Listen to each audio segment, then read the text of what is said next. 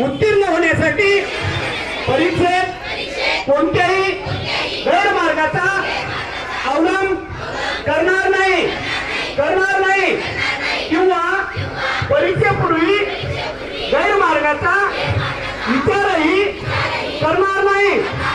जर कोणी गैरमार्गाचा विचार करत असेल तर त्यास गैरमार्गापासून मी परावृत्त करेन। परीक्षेला सामोरे जाताना मंडळ सूचनाचे व नियमांचे काटेकोरपणे पालन करेन। मी सातत्याने अभ्यास करेन व प्रश्नपत्रिका सोडवण्याचा सराव करेन। तसेच परीक्षेत आत्मविश्वासाने निर्भीडपणे तणावविरहित